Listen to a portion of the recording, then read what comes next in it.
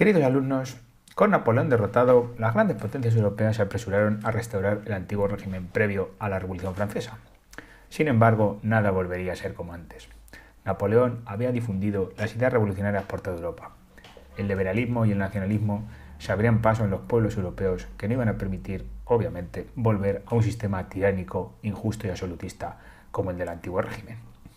De ahí que a mediados del siglo XIX empiecen una serie de revoluciones burguesas en toda Europa que tendrán como ejemplo más claro la unificación italiana y alemana.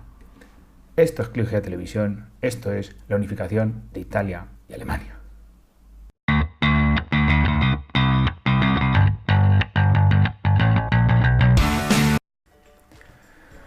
Bueno, dentro de la unificación italiana y alemana, lo primero que tenemos que explicar a modo de introducción es que esos procesos revolucionarios se van a insertar dentro de lo que vamos a llamar las revoluciones burguesas del siglo XIX. Como veis aquí, va a haber varias épocas, 1820, la revolución de 1830 y la revolución de 1848, en diferentes puntos de Europa e incluso en Latinoamérica, en relación, por ejemplo, con la independencia sobre los españoles.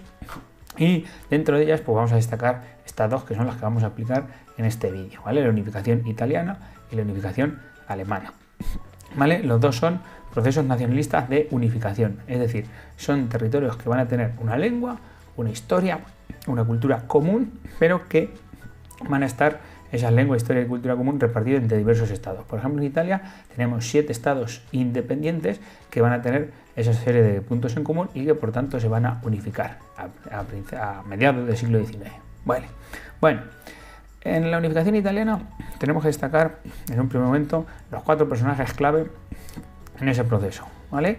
Aquí los tenéis. El primero de ellos es Mazzini, ¿vale? Que va a ser el ideólogo, el líder espiritual de la unificación italiana, el líder del Risorgimento, ese movimiento filosófico que va a propugnar que Italia tiene que estar unida. El segundo va a ser el líder militar, toda buena revolución tiene que tener un buen líder militar, en este caso va a ser Garibaldi. Y los líderes políticos van a ser estos dos, ¿vale? Cavour y Víctor Manuel II, primer ministro y rey de un territorio del norte que se va a llamar el Piamonte, ¿vale? Uno de esos 7 territorios en los que estaba dividido Italia, ¿vale? El Piamonte va a ser donde se va a iniciar esta unificación italiana, ¿vale?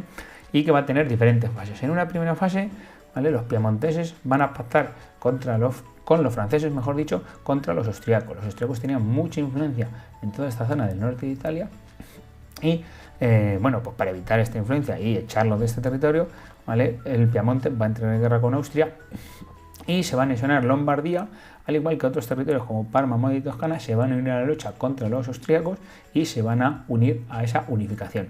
Los austríacos van a terminar perdiendo esta guerra, los franceses por apoyar al Piamonte van a decir que se inicia y se va a iniciar la unificación de Italia, ¿vale? Estos van a ser los primeros territorios que se van a unir en este proceso, ¿vale? En la segunda fase va a entrar en juego ese señor que hemos dicho antes, que se va a llamar Garibaldi, que con su expedición de camisa roja va a entrar por Sicilia y se va a anexionar todo el sur de Italia, este reino de las 2 Sicilias. Prácticamente al mismo tiempo, los ejércitos del Piamonte van a entrar en los estados pontificios, estos estados controlados por el Papa, y se van a anexionar parte de ellos. ¿Entendido? Es en esta segunda fase cuando se proclama oficialmente Italia y Víctor Manuel II, ese señor que hemos visto anteriormente, se va a proclamar rey de Italia. Italia prácticamente está unida. En su totalidad solo nos van a quedar 2 territorios, Venecia y los estados pontificios, esa parte que no se había unificado todavía. En la tercera fase se va a unificar Venecia. Venecia todavía estaba bajo el control de Austria, sin embargo, Italia va a aprovechar una guerra entre Austria y Prusia para anexionarse ese territorio. Y por último, se van a anexionar la parte de los estados pontificios que quedaban. Una vez estados pontificios, que en este caso estaban apoyados por Francia, van a entrar en guerra contra Italia, y Italia se va a terminar anexionando estos estados pontificios, dando por concluida toda la unificación italiana. Quedarán 2 territorios que son el Tirol y Istria, ¿vale? Que se van a anexionar a Italia en 1920 después de la Primera Guerra Mundial, pero vamos, eso ya no entra dentro de este tema. En el caso alemán va a haber 2 personajes principales que tenemos que conocer.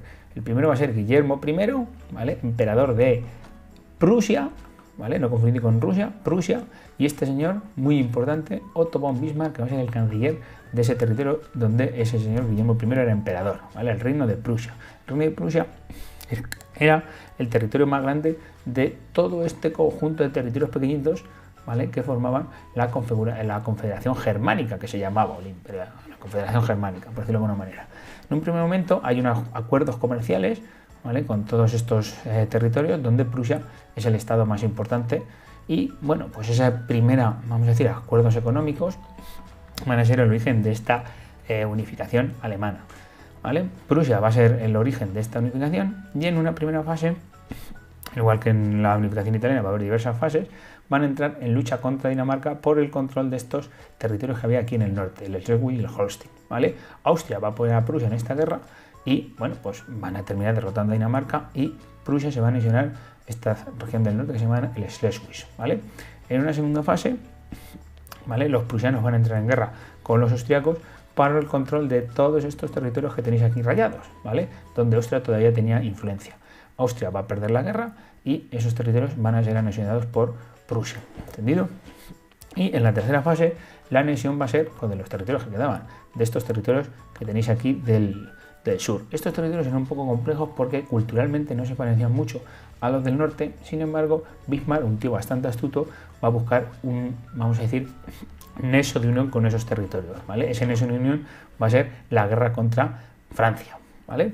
Esa guerra se va a desarrollar en 1870-1871, la guerra franco-prusiana se va a llamar, y va a acabar con la victoria total y absoluta de los prusianos, que se van a anexionar toda la zona del sur, además de todo este territorio que aquí, Alsacia y Lorena. Recordad estos nombres porque van a ser muy importantes en la historia del siglo XX europea, territorios que pertenecían a Francia y que ahora van a pertenecer a Prusia, ¿vale? Bueno, la derrota francesa es total. Prusia, junto con todos esos territorios, forman el Estado alemán en el propio Versalles y aislarán a Francia durante toda la fase final del siglo XIX. Eso va a provocar en los franceses un sentimiento de venganza muy grande contra los alemanes, que se van a convertir desde este momento en la primera potencia europea, que va a ser clave, ¿vale?, para explicar el origen de la Primera Guerra Mundial. Pero eso ya será parte de otro vídeo. Bueno, chicos, lo de siempre, no dudéis en haceros followers, en haceros seguidores del canal. Espero que hayáis pasado un buen rato, y si ya habéis aprendido algo de historia, pues feten. Nos vemos en el próximo vídeo. Bye.